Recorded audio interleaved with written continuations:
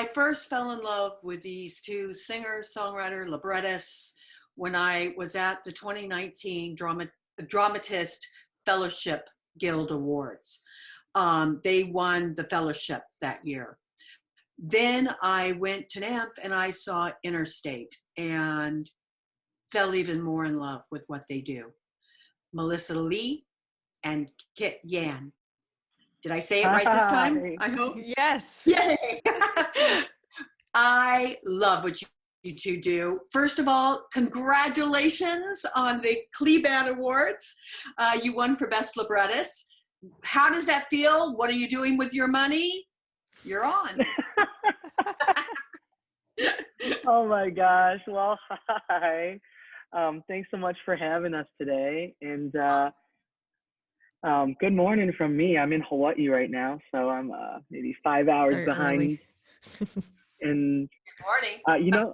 good morning. It feels great. Oh my gosh. When we got the call that we had won the Cleveland Award, we were just floored. Yeah, it's so exciting and it's validating, and it's I think it's a great honor to be on the list of so many really brilliant writers. So we just feel super excited. Yeah. And who you're with as the lyricist, it's such a great combination of what they picked this year. And I'm so sorry I can't be interviewing you in person because this is an award show that I love going to every year. I'm one of the few people invited to get to interview, and I'm super thrilled to watch what you guys do and see the new stuff. Interstate, where is that? What's going on with that? Well, Interstate is it's our semi-autobiographical first musical that Melissa and I wrote. That's the one that was in NAMP. And we've been developing it now for 9 years. We opened and premiered in Minneapolis earlier this last year. But then, COVID came around and shut our production down. We got 8 great shows in. We got to learn a lot. We got to be in dialogue with the community there. And that was a really beautiful experience. We had great reviews and a lot of very packed houses full of people who were really eager to see the show. Yeah, and as for what's next, the show is still currently in development. I think we still want to make changes to it. We still want to make it better. I think we have a dream that we're going to be able to bring it back to New York, for our communities there to be able to see a full production of it. So we're putting that out there for maybe the future. So Actually, when the doors open back up. yeah. Of all the shows that I know, Interstate's one of the few shows I think leads itself for like a Zoom musical because it's so all over the place. Do you know what I mean? In terms of like where it's going on its journey, in the sense that it's not just set in one place. I think maybe what you're feeling is that, like, I also agree with the fact that I think Interstate would make a probably a pretty good film, just because it's it's a road trip. There, you can jump around, you really get the sense of going from place to place. So for sure, I think that's not the first time someone's said that to us. At the same time, we're really interested in seeing, there's really nothing quite like live theater, and having, trans, queer, Asian voices and Asian folks really right in front of you, singing to you, being in that same space, there's really nothing quite like it. No, I agree. We aren't doing any Zoom productions of Interstate, but we are doing Zoom production of a concert featuring a bunch of some Interstate songs. Oh, when's the concert? This coming Sunday. It's produced by Musical Theater Factory, and it's at 8 p.m. on March 7th, EST. And you should check it out. It's called Unremarkable. Yeah, make sure that I added on to the things to watch. Oh yeah, we've got Yes. some great cast. We've got Ruthie Ann Miles, Mark Dela Cruz, Stephanie Shu. We've got Kuho Burma. We've got Julia Bueva. We've got a lot of folks. Futaba Shiota, just lots and lots of folks in our community as part of the show. And we're gonna have some fun on Sunday.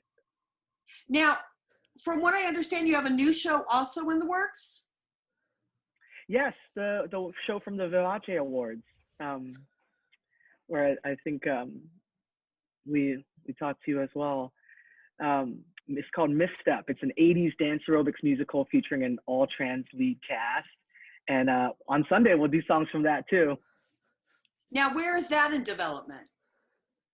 Well, right now everything is kind of paused, but we went through about a year and a half of writing and development with Fifth Avenue Theater in Seattle, as well as Village Theater, and so that culminated in our first reading, our first sort of 29-hour workshop reading in January of 2020. And so right now everything's a little bit paused, but we got to get back to writing at some point. Oh, you guys aren't writing right now? No, I mean, no, like we're that show. writing a lot. Oh. I'm like, wait, what? You're not writing? What are you working on right now? Let's see, we've got quite a few things in the pipeline. Melissa and I have been working on new works for the digital medium. So we aren't doing any adaptations of our stage works for the screen at the moment, but we are doing a whole bunch of things written for both podcast and video platforms. So we've got a piece with OSF for the virtual realm. We've got a piece with Keen, a horror podcast coming out. And then we're in season 2 of Playwrights Horizon Soundstage, and we're whipping up something very fun for that as well. What subject haven't you taken on that you would like to take on, but you just haven't had the time to do? I feel like that's a Kit Yan question. Yeah, we could be on here forever. This is what happens, Susanna. I keep a spreadsheet of all these ideas that I encounter in my life, and I run them by Melissa every week. Yes, and one by one, I reject them. So this is your moment, Kit, to tell the world what you would like to write that I probably rejected. Okay, well, this one I pitch to Melissa every month. Every month I try to pitch a slam poetry musical type show because I agree came with from Melissa. No. Thank you, Susanna. You're welcome. Oh my God, I'm so dead. Every month, okay. Okay, that's like the Hamilton land, and okay, no, enough already. It's like oh my God, no. Slam poetry is the community I came from before musical theater. It's a competition, and people compete with poetry against each other. But we already wrote Interstate. She said what we haven't worked on yet. Fine. Okay, fine. What else do I want to work on? What else do I try to pitch you all the time, Melissa? Your mother dancing in a dance troupe? Yes. Actually, I've been wanting to write a piece about my mom. She didn't discover art until later on in life, and then she joined a traditional Chinese dance troupe, and they're not competitive, but I love a dance competition. And she really came into herself and her own voice through dancing. And it's because she grew up during the Cultural Revolution, where art was not available to that entire generation of people, where they literally were killed if they were artists. Didn't they do a musical about this last year? Did we do a musical about this? No, you didn't. It was done at Playwrights? No, not Playwrights. Oh my God, I got to think of the name of this musical. There was a musical about the Cultural Revolution, and it was about a band. Are you talking about Cambodian rock band? That's the one. That was not the Cultural Revolution. That was the Cambodian genocide. I'm sorry. What can I say? History. But yeah, I see where you're going. It was some similar themes of art being oppressed. I did love that show. A great show. Shout out to Lauren Yee. Actually, I think that would be a show I'd want to see, actually. of older Asian women. That's what wanting to that would be. dance. I actually, it's like Susanna's saying yes to it. a Joy Luck Club with dancing, though. That would be fun. Susanna's saying yes. That's what I say yes to. Yes, I'd want to see that. Melissa, you're like so delighted that somebody That somebody else said yes. Yes. Well, I'm saying yes is receiving because these ideas. I can see the different characters. I can see the songs that you can write for that with the characters. I can see the different personalities. Yeah, I think it'd be fun. That's what I'm and I'm a woman, you know, but whatever. Susanna says yes is my tagline for that show. Susanna says yes. Susanna says yes. Melissa, what would you like to write? I always talk about this a lot with Kit, but as a half joke, but I'm sure maybe someday we'll actually write it.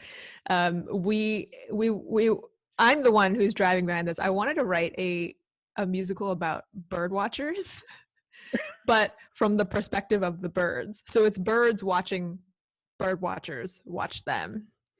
So I say no to this one. This sounds Say like no. Swattos. There's an Elizabeth Swattos musical with birds. And I should be able to think of it because I did the damn show. You don't think it'll be the new Cats? I feel like it would be the new Cats. Did you see the Elizabeth Swattos show? I did not. Trust me, no. It's all bird sounds. Like, oh, no, I'm sorry. That's a no. Oh my It's a god, no. I'm so dead. Usually it is. Yeah. Other people like this idea? Usually it's a no. Yeah, see? See, originally it was just about bird watchers, but most people Nightclub Cantata. said no. But when I said it's from the perspective of the birds, Go most see people Nightclub said Cantata. Nightclub Called Cantata, okay. Nightclub Cantata. I'm telling you, go listen to Nightclub Cantata and you'll never want to write this musical again. Swear to God. Okay. I did it, and believe me, I had to sound like a bird.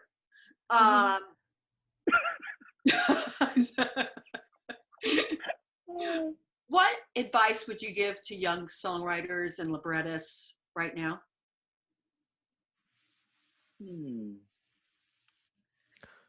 Great question. I think So, they Melissa, need. you look like you're about to say something. Well, I think it's a difficult question because we're still learning. Like, I think it's I think we have advice to give, but at the same time, it's also everybody has sort of their own journey and I don't know. And I just feel like we're still learning. We're still learning to be better, like in every moment. I mean, maybe that's the advice is like, never stop, like, trying to get better at the thing that you love, but I don't know. I like what about that. you, Kit? I like that. That's a good one. Yeah, I think on the same lines of like never stop learning and continuing to like create and innovate. Particularly for writers out there who are women, who are people of color, who are trans and queer folks, like, keep doing what you're doing and write your show regardless of like institutional and commercial support. Like, write your show and find the community that's gonna love you and love your show. Gather your people and put them behind you, and make the show for them and make the show for you. Yeah, I think that sort of was, that's sort of the journey with Interstate, was that we always, when we went out on the road, we always said, well, no one's going to give us this opportunity to do X, Y, and Z. So we just need to make it ourselves. And then that's what we did. And, no one paid any attention to Interstate the first several years, so I think, we weren't really driven by whether or not people paid attention to us. I think we were just driven by the fact that we had to write it. I think that's what I love about you two the most, is that for as ascending as you are, and you are definitely on the ascension in terms of new songwriters, librettists, and people to watch and listen to, you two are so humble and have been so since the very first day I met you, and winning that dramatist fellowship was a big deal. I mean, you were in some big shoes with other people and other songwriters that we listen to. And I hope that you never lose that, because you two are so accessible, and that's what makes your music so wonderful, is it's accessible. even if you're not trans or queer or gay, you still relate because it's so honest and so humble. And I that's what I love about you too. Oh, Thanks for thanks, saying that. Susanna. Well, Yeah. we really appreciate that, and we really write for the people we write for.